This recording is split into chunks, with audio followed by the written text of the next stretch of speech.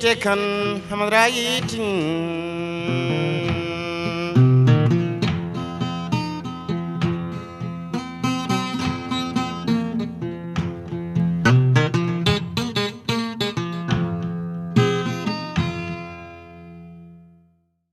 Bonjour à tous, bon dimanche, bienvenue dans ce nouveau numéro du Grand Jury d'RFM.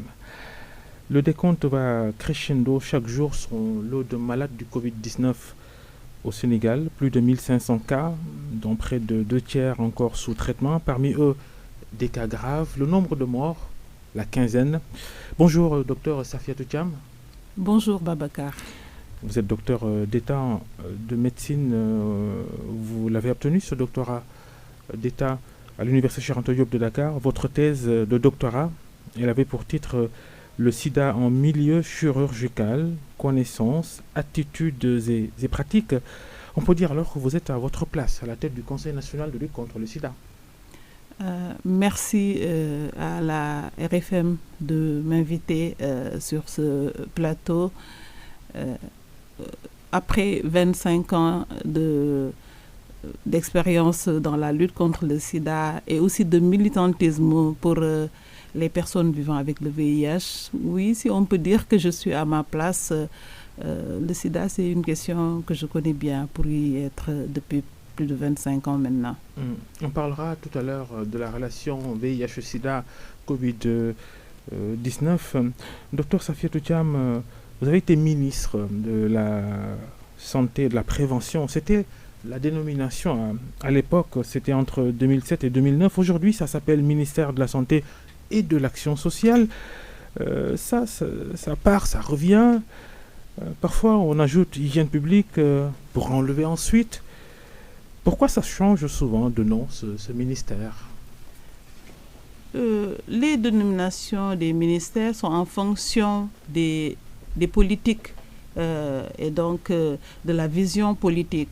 On avait peut-être le président Wade qui avait une vision de la prévention et qui a voulu en faire un ministère. Sur le plan technique, ça a posé un tout petit peu de problème. Je pense que le ministère de la Santé et de l'Action sociale existe depuis du temps de Abdou Diouf. Donc c'était aussi une autre vision. Nous comprenons. Parce que, par exemple, le président Macky Sall a placé son mandat sous le sceau de l'action sociale. Et donc, lui, il met en avant le social, beaucoup le social. Donc, on peut comprendre. À chaque fois, il faut réajuster les directions. Mais le rôle du ministère, c'est d'exécuter une politique définie par le chef de l'État. Et donc, c'est un peu normal. L'action sociale n'est-elle pas dépouillée un peu de toutes ses attributions quand d'autres ministères, par exemple, s'occupent de la solidarité ou des solidarités ? C'est aussi c'est une vision. Hein. On peut mettre l'action sociale avec la solidarité et d'autres ont mis le sport avec la santé. Moi, je pense que ce n'est pas important parce que dans tous les cas, c'est toujours un même gouvernement avec un même chef et donc qui impulse les politiques et les ministères ne font qu'exécuter les politiques. Donc, quelle que soit la dénomination, il y aura toujours une direction de l'action sociale, que cette direction soit avec la solidarité ou avec... peut-être que c'est pour donner un poids à l'action sociale. Et je comprends que dans la politique du président Macky Sall, c'était surtout lié à la couverture maladie universelle. Donc, il a voulu vraiment mettre un poids dans la CMU et il l'a lié à la santé. Mais ça peut être une vision, mais on peut aussi avoir une autre vision de lier l'action sociale à la solidarité ou à un autre ministère. Vous êtes également spécialiste de la santé publique, docteur Safiatou Thiam, santé publique dans les pays en développement. Vous avez obtenu un DEA en la matière à l'université Pierre et Marie Curie, Paris 4 en France, c'était en 2001. La propagation à ce rythme du coronavirus au Sénégal était-elle inévitable ou pas ? Inévitable, je ne pense pas, parce que c'est quand même une pandémie et c'est partout, c'est dans presque tous les pays du monde. Ce qu'il faut peut-être retenir de la propagation de cette maladie au Sénégal, c'est que nous voyons d'abord, pour lire la lecture, que les cas augmentent. Les cas augmentent à une vitesse en ce moment qui est un peu exponentielle. Mais ce qui est rassurant, c'est que le nombre de guérisons, même si c'est beaucoup inférieur, suit un peu le nombre de cas. Le taux de décès est bas, vraiment. On déplore les décès, mais nous constatons que le taux de décès est bas. Il y a toujours des cas actifs qui sont hospitalisés. Alors, quand on compare notre courbe, la courbe de l'épidémie dans notre pays, et comme aussi dans les autres pays de l'Afrique subsaharienne, nous voyons que nous pensons que l'épidémie aura certainement une ampleur moins grande que dans les pays d'Europe et d'Asie. Elle est moins fulgurante également. Mais nous avons aujourd'hui obtenu un nombre de cas. Qu'est-ce qui a fait ça? Vous savez, avec cette épidémie, on apprend en la vivant. Et donc, pour le moment, c'est une observation parce que nous regardons les courbes d'épidémie dans ces pays. Ces pays ont commencé avant nous et sont dans la phase quand même descendante dans ces pays que je viens de citer. Nous, notre épidémie est toujours dans la phase ascendante. Donc, on ne sait pas à quel moment on aura le pic de cette épidémie. Mais nous pensons que, vu l'ampleur de notre épidémie, avec une courbe qui traîne, parce que dans les autres pays, si vous remarquez, au bout de 3 semaines, ils étaient presque dans les dizaines de milliers de cas. Nous sommes à moins de 2000 cas presque à la 10e semaine. Presque à la 10e semaine.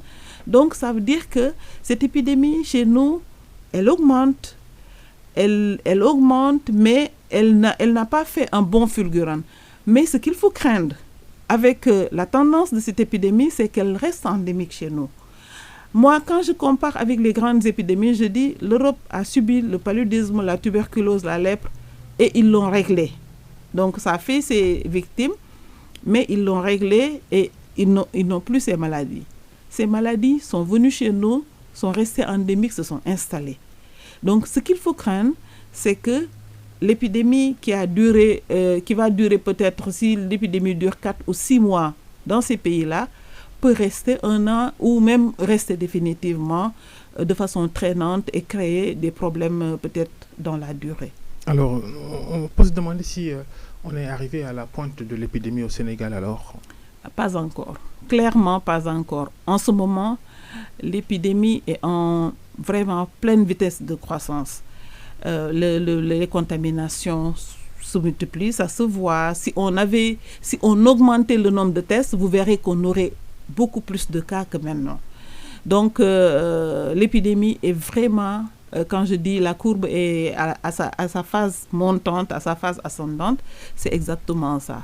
Et il faut vraiment dépasser cette phase ascendante pour voir le pic. Le pic, tu le vois quand la courbe commence à descendre. Et là, la courbe ne commence pas encore à descendre. La multiplication des infections, c'est ce à quoi il faut s'attendre les prochains jours. Oui, parce que nous avons un indicateur. Une infection, quand une personne infecte 2 personnes, ça veut dire que l'infection est en train de se multiplier. Et chez nous, on sait qu'une personne va infecter plus de 2 personnes. Donc, peut-être qu'on arrivera aux mesures qu'il faut pour arrêter cette transmission. Mais tant que la transmission est là, donc l'infection est là et le nombre de cas continue de se multiplier. Donc, vous voyez, au début, la première semaine, on avait peut-être 5 cas. La deuxième semaine, on est arrivé à 40 cas. 10 cas, ensuite 40 cas, et puis après 100 cas, et puis après maintenant, c'est presque 80 cas par jour.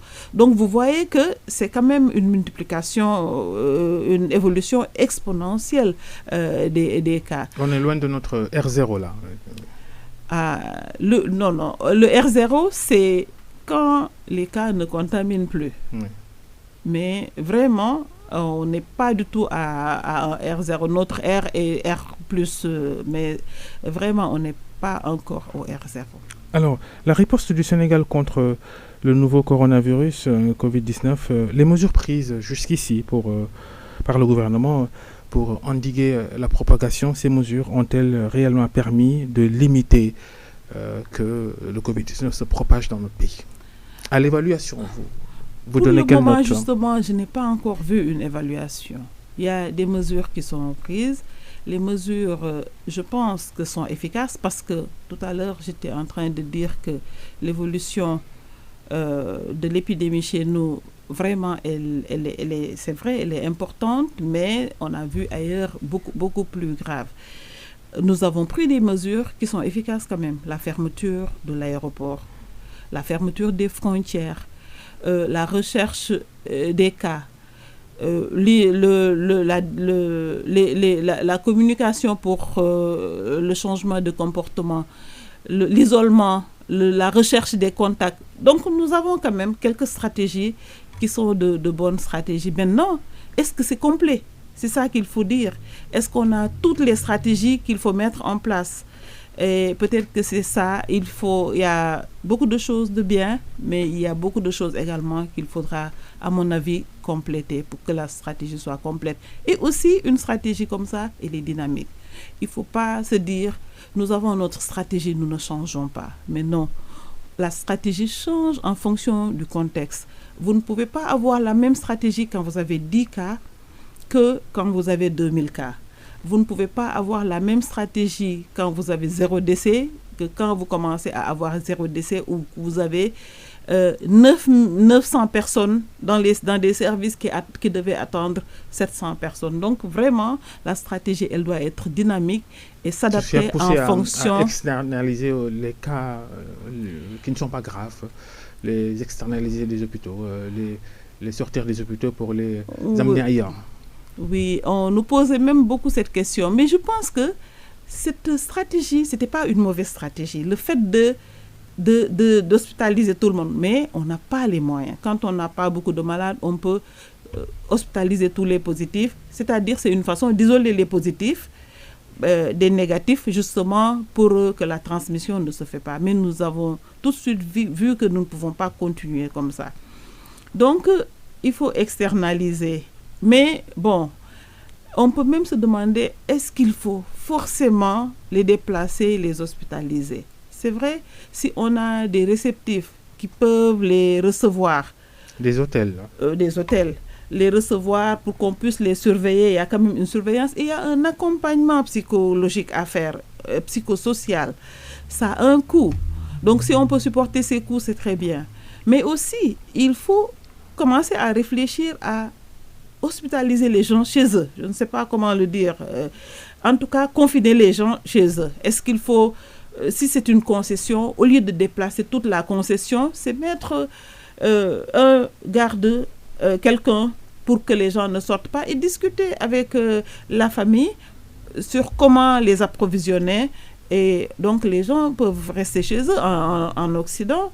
Des gens se soignent chez eux, mais avec un médecin au téléphone ou bien quelqu'un qui vient les visiter pour les soutenir. Surtout que c'est des personnes asymptomatiques.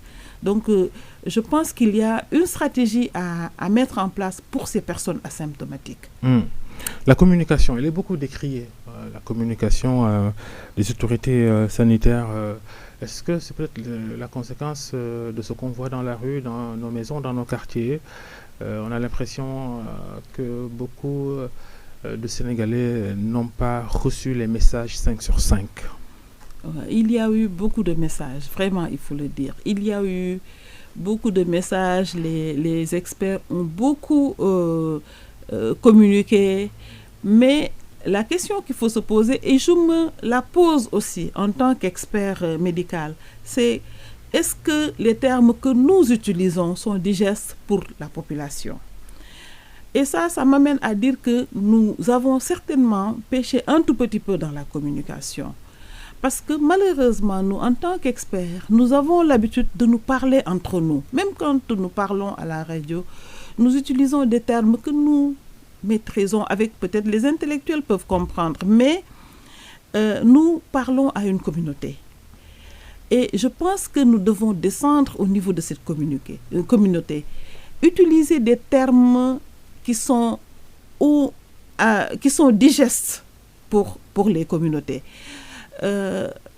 J'ai l'habitude de taquiner mes amis du ministère en disant c'est cas contact, cas communautaire.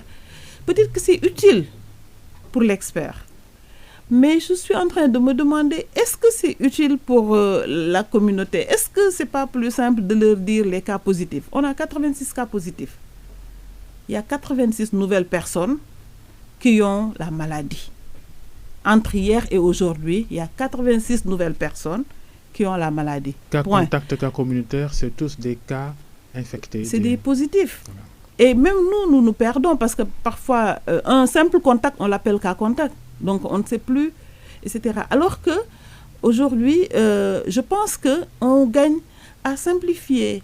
Les gens suivent les messages. Et puis chacun prend ce qu'il veut. Moi, je pense que l'analyse qu'il faut faire, c'est nous, les messages que nous émettons, comment les populations les perçoivent. Et donc, tout à l'heure, j'étais en train de raconter l'anecdote d'un enregistrement audio que j'ai entendu, deux personnes de très bonne foi qui étaient en train de discuter entre elles. Et la personne, elle est Covid+, elle est asymptomatique, mais lui, il n'est pas malade. Et effectivement, il n'est pas malade. Il a une infection. Il n'est pas malade parce qu'il n'est pas couché. Il n'a aucun symptôme. Et cette personne, comment lui expliquer, avec quel terme lui expliquer ce qu'il a? Parce que si tu lui dis, vous êtes malade, il sait qu'il n'est pas malade. Donc, nous devons peut-être réfléchir sur ce genre de termes, comment les rendre digestes pour que les patients, pour que les communautés les comprennent. Et moi, je suis convaincue d'une chose. La stratégie pour barrer la route à cette maladie, elle doit être pour beaucoup une stratégie communautaire.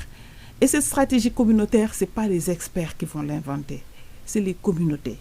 Mais il faudrait pour cela que les communautés comprennent le message technique.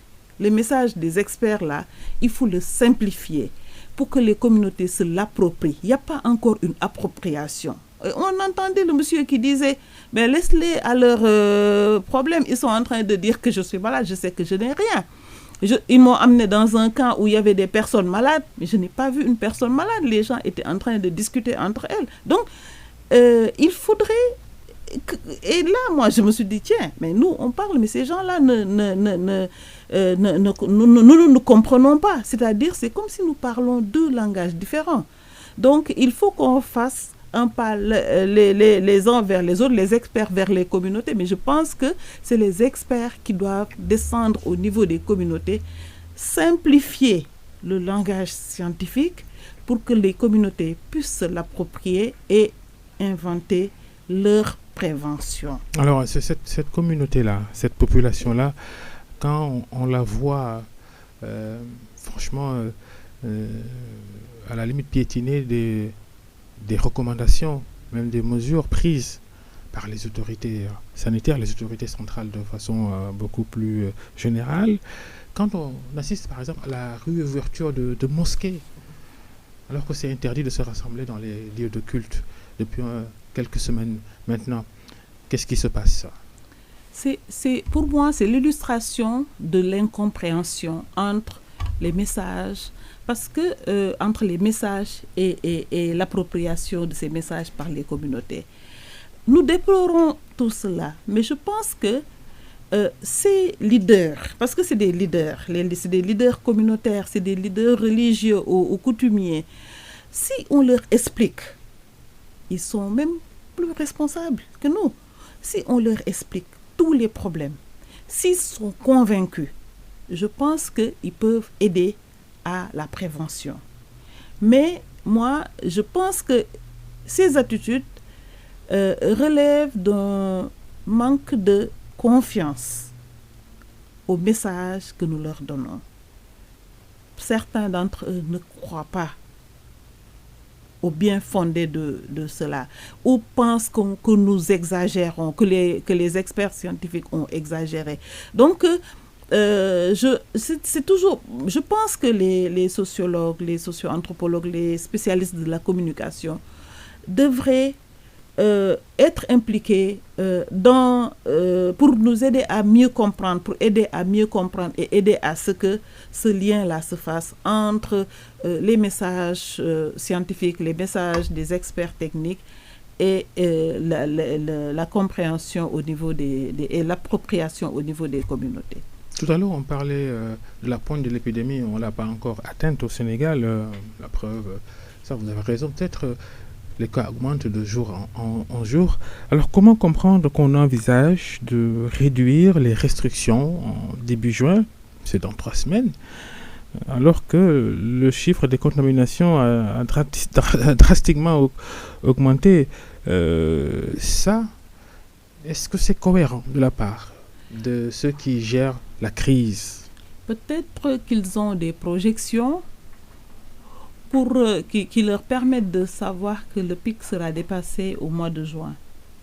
Nous l'espérons. En tout cas, les pays d'Europe, eux, ils ont dépassé le pic et ils commencent à déconfiner. Et donc, si on se dit que l'épidémie a commencé peut-être 1 mois avant chez eux, je me dis que normalement, le ministère doit avoir des projections pour savoir que le pic sera atteint à telle période, en se basant, bien entendu, sur l'expérience des autres, parce que le Covid-19, personne ne la connaît vraiment à 100%. Donc, que le comportement, peut-être qu'ils ont ces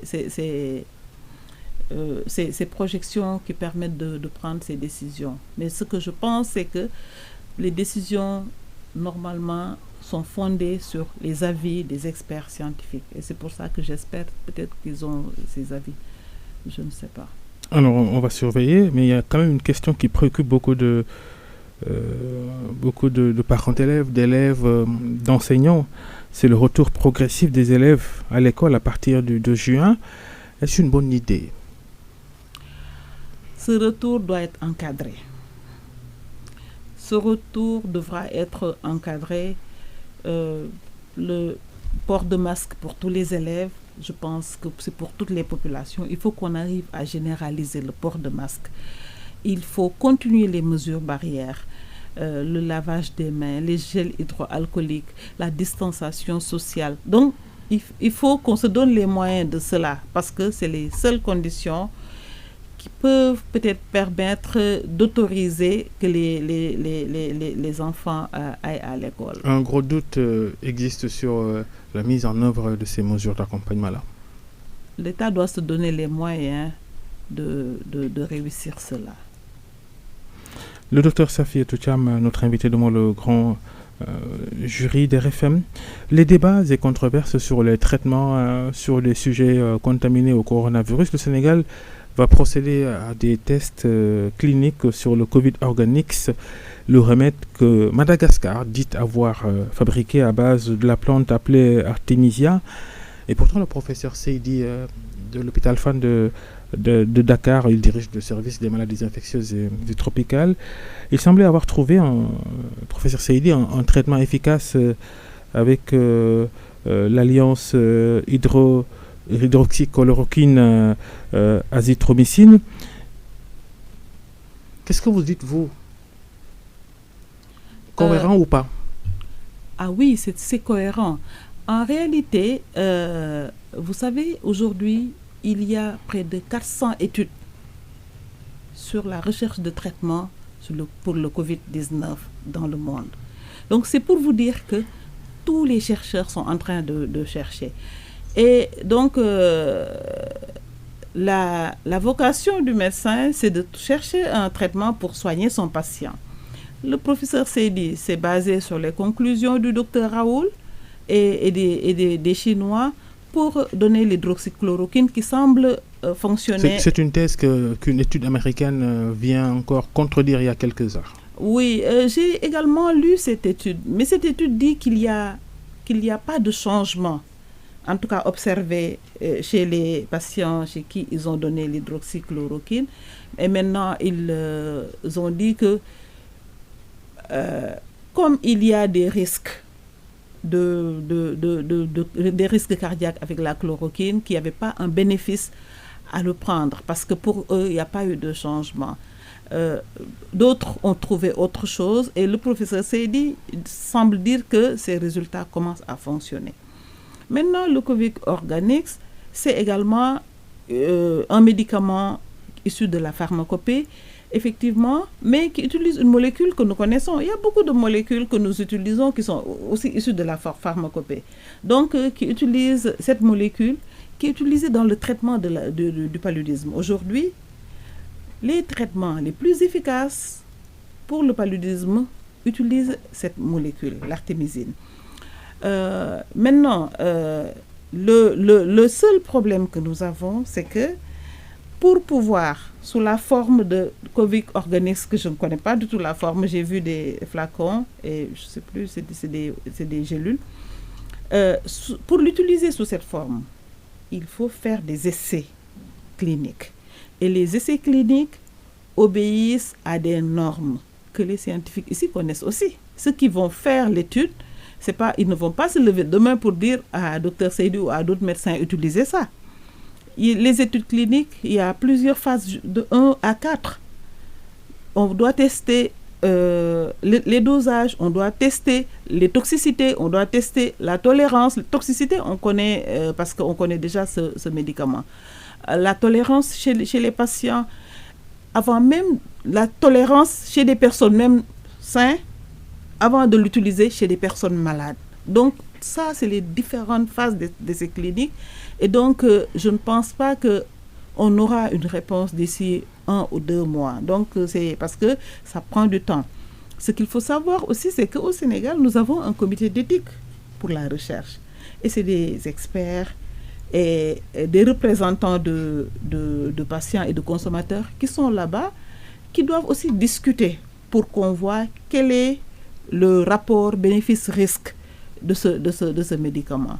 Je pense que le Sénégal a pris la bonne option d'étudier cela. Ceux à qui cette étude a été confiée sont des scientifiques et ce qui est important pour les scientifiques, c'est la méthodologie. Les méthodologies qu'ils vont utiliser seront revues par leurs pairs. Parce que c'est important. C'est pour ça, faites-leur confiance. Parce qu'ils vont devoir présenter leurs études au niveau de leurs pairs. Donc, je pense ce qui est un peu regrettable, c'est que ces débats techniques soient sur la place publique. Parce que peut-être que le commun des Sénégalais ne va pas comprendre, pense que c'est chloroquine contre Covid, alors que ce n'est pas du tout ça. Ils ont chacun leur raison. Ils doivent utiliser une méthodologie rigoureuse et ces études, les résultats seront présentés et seront discutés. Discuter, ça veut dire que même les résultats que tu trouves, après, il faudra expliquer à quel type de patient vous l'avez donné, même pour la chloroquine. On l'a donné, mais est-ce qu'on l'a donné aux patients graves? Est-ce qu'on l'a donné aux patients symptomatiques? Est-ce qu'on l'a donné aux patients asymptomatiques?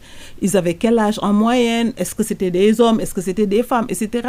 Nous allons devoir discuter tout cela et eux, ils le savent. C'est-à-dire, quand ils vont finir, ils doivent écrire un article avec tous ces thèmes-là et ce sont des scientifiques de leur niveau qui vont relire et qui vont critiquer. Donc, ils savent et ils vont, je pense, bien faire leur travail. Et on a l'impression que ça devient une affaire de scientifiques, d'universitaires contre la médecine traditionnelle, souvent, parce que même l'OMS, l'Organisation mondiale pour la santé, qui dit qu'il faut faire très attention, mener des études sérieuses pour voir si ces médicaments-là, ces traitements proposés sont aussi efficaces qu'ils sont vantés. Mais l'autre lecture, c'est que la médecine traditionnelle, elle a été souvent combattue, mais là, est-ce que ceux qui sont adeptes de cette médecine traditionnelle-là n'ont pas raison sur tout le monde quand aujourd'hui on débat sur l'artémisia, par exemple? Moi, je n'ai pas été formée à la médecine traditionnelle. Nous avons été formés à la médecine moderne qui obéit à des démarches, qui obéit à des principes. Et nous ne pouvons pas déroger à ces principes. Nous avons un code de déontologie qui ne nous permet pas de déroger à ces principes. Donc nous sommes obligés de suivre ces principes. Maintenant, nous tous, nous sommes des Africains. Il nous arrive, quand on a de la grippe, de faire notre décoction de bissap et de kale. Oui, parce que ça fait du bien. Et ça marche parfois? Ça fait du bien. Ça marche, oui, ça marche parfois. Et beaucoup de médicaments modernes même proviennent de la pharmacopée traditionnelle. Mais il y a toute une démarche avant d'arriver au traitement moderne. Le docteur Safiatou Thiam, secrétaire exécutif du Conseil national de lutte contre le sida, est donc notre invité devant le grand jury des RFM. Le CNLS que vous dirigez a-t-il participé à l'effort de guerre contre le Covid-19? On sait que vous recevez beaucoup de financement pour lutter contre le sida. Le Fonds mondial de lutte contre le sida, la tuberculose et le paludisme va mettre pas moins de 7 000 milliards de francs CFA d'ici 2022 pour lutter contre ces trois maladies. Est-ce qu'il est permis d'abord que vous utilisiez cet argent dans le combat contre le coronavirus? Si oui, l'avez-vous déjà fait? Oui, c'est permis et oui, en tout cas, nous sommes dans la démarche. Le Fonds mondial, quand il y a eu cette épidémie, a tout de suite sorti une note pour tous les pays pour dire que vous pouvez utiliser jusqu'à 10% des financements pour appuyer le Covid-19 et aussi pour mettre en place une continuation des services VIH. Parce qu'en fait, les services qui prennent en charge la maladie à coronavirus sont les mêmes services qui prennent en charge le VIH. Et il n'est pas question aussi de reculer au niveau des indicateurs VIH. Il faut que les patients aient leur traitement. Il faut que les services VIH puissent continuer. Donc, ils nous ont dit, vous pouvez prendre jusqu'à 10% des financements pour appuyer la lutte contre la maladie à coronavirus et atténuer son impact sur les services VIH. Donc, c'est ce que nous avons fait. Maintenant, ça demande des procédures de mobilisation parce que c'est pas Safiatou qui va dire c'est ça qu'on fait avec. Tu écris un projet et tu leur donnes. Et ils te répondent qu'ils sont d'accord. Aujourd'hui, nous avons soumis un projet pour appuyer la lutte, le comité national de lutte. Projet à hauteur de combien? Le premier projet que nous avons envoyé est à hauteur de 270 millions. Mais nous, aujourd'hui, on veut aller jusqu'à 2 à 3 millions d'euros. Donc, c'est 1,5 milliard. C'est ce qu'on veut faire. Donc, ça, c'est le deuxième projet que nous voulons soumettre. Et c'est un projet dans lequel nous souhaitons, si le ministère est d'accord à travers ce projet, appuyer les laboratoires. Mais ça veut dire que le ministère va ouvrir. Nous pensons, c'est pas nous seuls, mais parce que l'OMS le préconise et tous les pays qui ont réussi la lutte l'ont réussi parce qu'ils ont généralisé les masques, mais aussi ils ont élargi les tests. Aujourd'hui, nous pensons qu'il faut élargir les tests. Il faut tester le maximum de personnes parce que, comme je l'ai dit en début d'émission, le virus circule. Il y a beaucoup de personnes aujourd'hui qui sont infectées et on devrait pouvoir dépister toutes ces personnes. Donc, ce n'est pas 1000 prélèvements ou 800 prélèvements par jour qui vont dépister ces personnes. Nous pensons qu'il faut appuyer les laboratoires nationaux parce que jusque-là, les labos nationaux du Sénégal ne testent pas Covid-19. C'est Pasteur qui teste et l'IRSF. Les deux sont des labos privés. Donc, alors que le Sénégal regorge d'experts, peut-être que tous nos labos, nous avons même certainement des labos qui sont aux normes, mais si les labos ne sont pas aux normes, mais utilisons l'opportunité que nous donnent ces partenaires pour relever les plateaux techniques de nos labos, ou en tout cas compléter les équipements. Ils nous disent que c'est des hôtes, etc. qui manquent, mais achetons des tests simples et faisons les tests partout, je veux dire, au niveau au moins des labos des régions. Avec des TDR. Au niveau de l'Odantec, oui, c'est les tests de diagnostic rapide. Donc des tests qui permettent de donner le résultat dans l'heure ou les 2 heures qui suivent. Et ça, aujourd'hui, c'est une orientation que l'OMS donne à tous les pays. Donc, si le Sénégal accepte de prendre cette orientation, donc nous pouvons, dans le cadre de notre programme, l'accompagner au moins pour cette stratégie. Ce que vous dites, si on l'analyse bien, ça veut dire que si on ne fait pas de tests, en tout cas massivement, on en aura encore pour longtemps avec ce coronavirus. Je pense, oui. C'est là où ça va devenir endémique parce que ça va traîner, ça va rester dans des coins. On sera toujours là à donner des cas communautaires ou des cas contacts, à donner tout le temps le nombre de cas. Par exemple, aujourd'hui, on te dit, aujourd'hui, tu as un taux de séropositivité de 9%. Demain, tu as un taux de séropositivité de 6%. Nous devons faire en sorte que ce taux de séropositivité augmente. C'est-à-dire, on identifie les cas. On trace tous les contacts des cas. Et à chaque fois qu'on trouve un cas, on retrace les contacts de ce cas-là. À chaque fois qu'on trouve, c'est ça qu'on doit faire. Ça, c'est une stratégie. Une autre stratégie, et il faut associer toutes ces stratégies. Ce n'est pas une stratégie ou une autre. C'est une stratégie plus une autre stratégie plus une autre stratégie. Une autre stratégie peut être tous les patients qui rentrent à l'hôpital, qui viennent pour tel signe. On peut choisir des signes, qui toussent à l'hôpital, qui ont des maux de tête, qui ont une céphalée, c'est-à-dire des maux de tête, on les teste systématiquement. Ça, c'est également une autre stratégie. Une autre stratégie également, c'est ouvrir pour permettre le test même volontaire, surtout pour les prestataires de santé, pour ceux qui travaillent les soignants. Les soignants. On a vu cette semaine quelque chose d'assez surréaliste survenir à l'hôpital Fann de Dakar. 3 malades ordinairement venus se faire consulter en urgence alors qu'ils étaient déjà contaminés au coronavirus. Ces malades, normalement, devaient trouver le personnel équipé, surtout à Fann. L'hôpital de Fann, c'est un centre de traitement pour le Covid-19. La plupart des patients qui ne se sentent pas bien et légitimement vont aller à l'hôpital. Mais moi, si j'ai Covid, si je ne me sens pas bien, je vais penser à aller à l'hôpital de Fann parce que peut-être que les patients ont pensé à cette maladie. Donc, l'hôpital devait être prêt. Donc, le service d'urgence de l'hôpital, mais je pense aujourd'hui, mais c'est tous les soignants qui doivent être orientés sur le Covid-19. Il faut renforcer leurs capacités et il faut leur donner des moyens de protection. Et peut-être pour tout le monde, si possible, sinon pour le privé, leur donner les directives, leur dire maintenant, pour consulter un patient, mettez un masque FFP2, mettez un masque qui va vous protéger.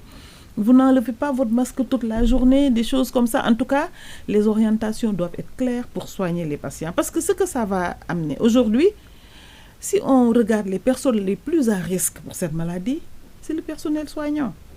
Ces personnels sont exposés. Donc, il faut les protéger et c'est une urgence et c'est une priorité dans la stratégie. Et j'espère que ça se fait. Donc, il faut qu'ils aient assez de matériel de protection pour prendre en charge tous les malades à tout venant. Parce que c'est facile. Quand c'est un centre, c'est un centre de traitement des épidémies, eux, ils sont là, ils attendent ces genres de malades. Et souvent, les malades qui viennent sont déjà diagnostiqués. Mais l'ophtalmo qui va soigner un œil ne va pas tout de suite penser au Covid-19. Pourtant, la personne peut avoir le coronavirus. C'est la même chose même pour le dentiste. C'est la même chose pour tous les autres soignants qui reçoivent des patients. Donc, il faudrait en tout cas, qu'il y ait des mesures de protection. Il faut qu'on leur trace également un itinéraire très clair. C'est-à-dire, si tu as un malade suspect, qu'est-ce qu'il faut faire? Il ne faut pas seulement attendre que le malade soit positif pour venir le chercher.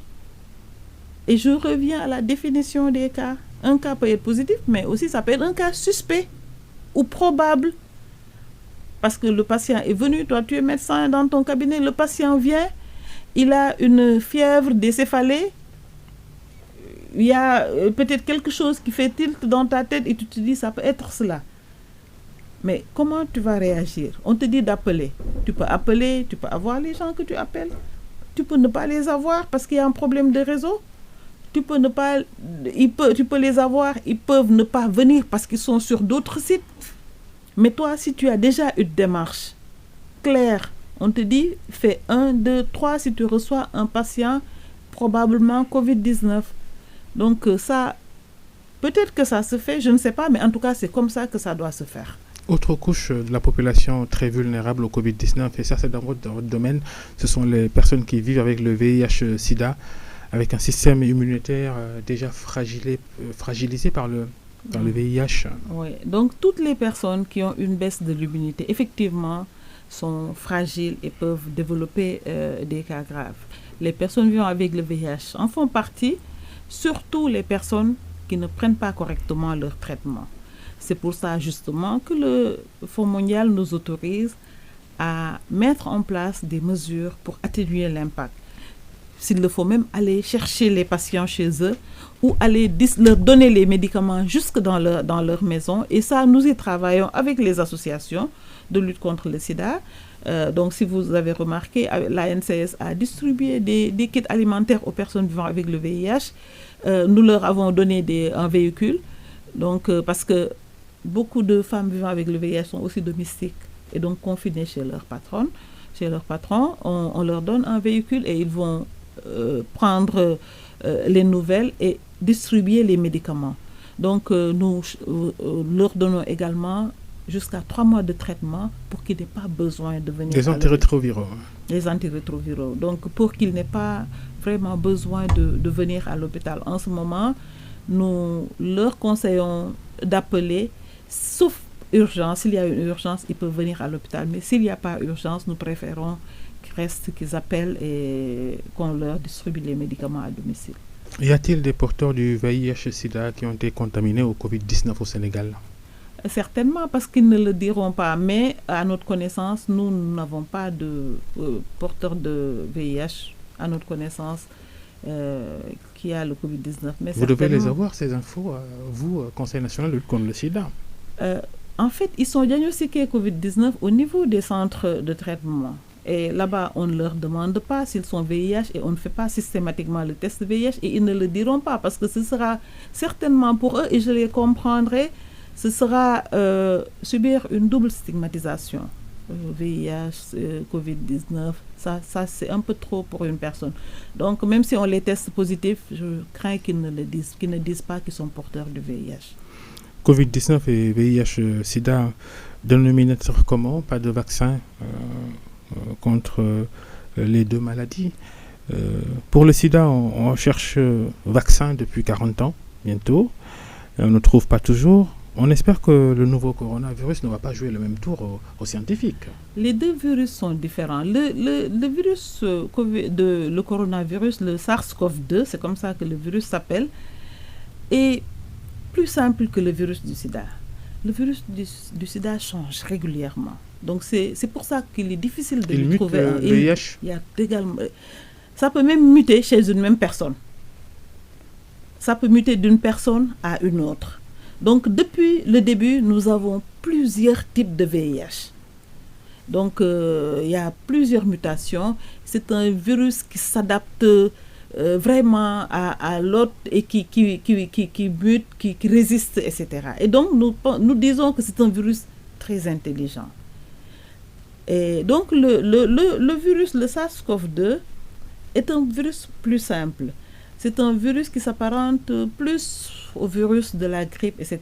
Et donc pour ce genre de virus beaucoup plus simple, il est plus facile de trouver, c'est comme Ebola aussi. Donc il est plus facile pour ce genre de virus de trouver un vaccin. Et donc justement, SARS-CoV-2 est là depuis 4 mois, mais il y a déjà un candidat vaccin et on pense qu'en 2021, on aura un vaccin. Comme vous l'avez dit, le sida est là depuis 1981 et on n'a pas encore de vaccin. Alors, il y a une lueur d'espoir qui était apparue pour le sida il y a quelques mois, un traitement qui aurait réussi quelque part dans le monde. Vous avez essayé d'en savoir davantage au Sénégal, au niveau du Conseil national de lutte contre le sida? En réalité, ce n'est pas un traitement, mais c'est un patient. C'est c'est la deuxième fois dans le monde qu'on voit un patient qui est guéri du sida. Alors, c'est un cas, je pense, qui est très suivi. Nous pensons que c'est son immunité qui a fait qu'il est protégé du VIH. Et ce cas est justement suivi pour voir comment la mutation est arrivée à ce qu'il soit protégé. Parce qu'on a arrêté ses médicaments et tout, le VIH n'est pas revenu. On ne sait pas si ça va revenir plus tard, mais en tout cas, jusque-là, ce n'est pas revenu depuis 4 ans. Et donc, on se dit, c'est un cas intéressant qu'il faut suivre, qu'il faut étudier.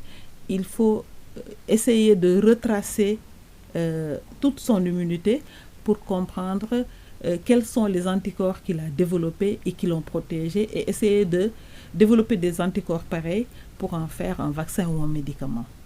Alors, la lutte contre le VIH-Sida au Sénégal, le Sénégal et son taux de prévalence de moins d'1%, c'est ça 1% et des poussières. Non, c'est 0,5%. 0,5%. Les femmes sont les plus touchées. Pourquoi? C'est lié à la vulnérabilité des femmes. Les femmes sont naturellement plus vulnérables au VIH. Biologiquement, c'est la constitution des femmes, l'organe génital des femmes, parce que la transmission, elle est surtout par voie sexuelle. Donc, l'organe génital des femmes a une forme de réceptacle qui fait qu'il y a beaucoup plus d'échanges avec les sécrétions et c'est une muqueuse, alors que chez l'homme, l'organe génital, c'est la peau, donc qui est plus résistante. Ça, c'est du point de vue biologique. Mais il y a d'autres facteurs sociologiques. La pauvreté, on a vu que les personnes qui ont un niveau socio-économique plus bas sont plus vulnérables. Donc, les femmes sont moins éduquées à travers le monde. Donc, c'est beaucoup de facteurs qui font que les femmes sont plus exposées. Mais moi, excusez-moi, je voudrais venir sur cette comparaison VIH COVID-19 pour dire que ce que nous vivons aujourd'hui avec le COVID-19, mais le monde l'a vécu il y a 25 ans, il y a 30 ans avec le VIH. C'était une maladie qui était là, qui tuait les gens et il n'y avait pas de traitement. Mais les résultats qu'on a pu avoir avec le VIH, on les a parce qu'il y a eu des démarches qui se sont mises en place. Vous savez, quand vous n'avez pas de traitement, dans le cadre du VIH, nous étions obligés de collaborer avec les patients. C'est comme ça que le droit des patients a pris sa place dans la prise en charge des malades. C'est comme ça que nous avons mis en avant les droits des patients, les droits humains, le droit à la santé. C'est là où le patient a commencé à avoir son dossier médical, parfois même à être plus informé que son médecin sur son dossier médical. Nous étions obligés de discuter avec même si on donnait à ces discussions des termes scientifiques tels que le counseling, pré, post-test, etc., nous étions obligés de demander l'avis des patients. Et donc, c'est une démarche à laquelle les patients avaient adhéré. Il y a aussi toute cette approche communautaire qu'on a eue dans le VIH, où les communautés du VIH nous ont appris que tout ce qui se fait sans elles est contre elles. Donc, ils sont impliqués dans nos planifications, dans la définition des stratégies, dans la mise en œuvre, dans les évaluations, etc. Et ça, je pense que c'est des approches sur lesquelles on n'a même pas besoin de les retester. C'est des approches qu'il faut là tout de suite utiliser dans une maladie comme le COVID-19 où il n'y a pas un traitement, on peut dire, c'est ça qui soigne cette maladie. Pour parler du VIH-Sida, le Sénégal possède l'un des taux de prévalence les plus bas au monde. C'est parce qu'aussi beaucoup de Sénégalais ne connaissent pas leur état sérologique. De la même manière, peut-être qu'on parle de tests massifs pour le Covid-19. Si on faisait aujourd'hui un test massif VIH, on aurait peut-être eu un autre chiffre, non? Si, vous savez, nous suivons, vous avez entendu parler des 3,90. Aujourd'hui, 81% des Sénégalais VIH sont dépistés. À travers les grossesses, à travers oui, les prises de sang, les dons de sang. Oui, et le dépistage volontaire aussi, Oui. les stratégies avancées. Vraiment, pour le VIH, nous dépistons. Nous savons aujourd'hui que il y a 41 000 personnes qui vivent avec le VIH au Sénégal. Et nous pouvons vous dire que presque 35 000 personnes sont sous traitement. Où sont passés les autres? On ne les a pas encore dépistés. Il faut les chercher. Et c'est ça pour ça que nous avons nos stratégies. Pour 35 000 sont testés et puis 28 000 peut-être sont sous traitement. Nous avons des stratégies pour les chercher. Vous savez, le VIH est plus difficile à gérer parce que c'est lié à la sexualité. Et les gens ne parlent pas de ces choses-là. Surtout les personnes qui ont une orientation sexuelle qui est différente qui est différente de l'orientation normale générale. Donc ces personnes ne vont jamais, il y a parmi ces personnes qui ne vont jamais nous dévoiler ça. Ils sont 6 000, c'est pas négligeable. 6 000 à rechercher, à retracer. Oui, nous imaginons des stratégies. Par exemple, ce que je peux vous dire, c'est que la plupart de ces personnes sont des hommes, nous le savons, sont des hommes adultes, qui sont peut-être mariés à des femmes. Parce que les femmes, nous les dépistons. Les femmes, elles se dépistent, elles viennent, elles prennent leur traitement. Elles se dépistent à travers les consultations prénatales, et donc elles prennent leur traitement. Mais leurs maris ne viennent pas. Pour quelle raison? Il y a des hommes qui viennent. Peut-être 58% des hommes viennent. Mais 42% des hommes, nous ne savons pas pourquoi ils ne viennent pas. Ils ne veulent pas se faire dépister. Peut-être qu'ils ont leurs raisons et nous pensons qu'une des raisons est qu'ils ont peut-être une orientation sexuelle qu'ils ne veulent pas dévoiler. Et ça, en fait, c'est aussi leur droit de garder ces choses secrètes. Mais nous, en même temps, ils n'ont pas le droit de contaminer les autres. Oui, nous, notre rôle, c'est de trouver des services adaptés. C'est pour ça que nous avons imaginé les autotests. Les autotests libres d'accès, où dans le secret de ta salle de bain, tu fais ton test et puis après tu vas voir ton médecin et tu lui parles de ton problème. Tu n'as pas besoin de te faire connaître de tout le monde. Donc nous imaginons des stratégies comme ça qui s'adaptent plus à ces hommes pour effectivement avoir au moins 90% des personnes qui vivent le VIH qu'on connaît. Mais le dépistage à large échelle, vraiment, nous l'avons beaucoup développé dans le cadre du VIH. Docteur Safiatou Thiam, merci d'être passé devant le grand jury d'RFM, ancienne ministre de la Santé. Vous êtes actuellement secrétaire exécutive du CNLS, le Conseil national de lutte contre le sida. Merci à tous de nous avoir suivis. Bonne fin de semaine. Restez avec nous. Les programmes continuent. Au revoir. À dimanche prochain. Mi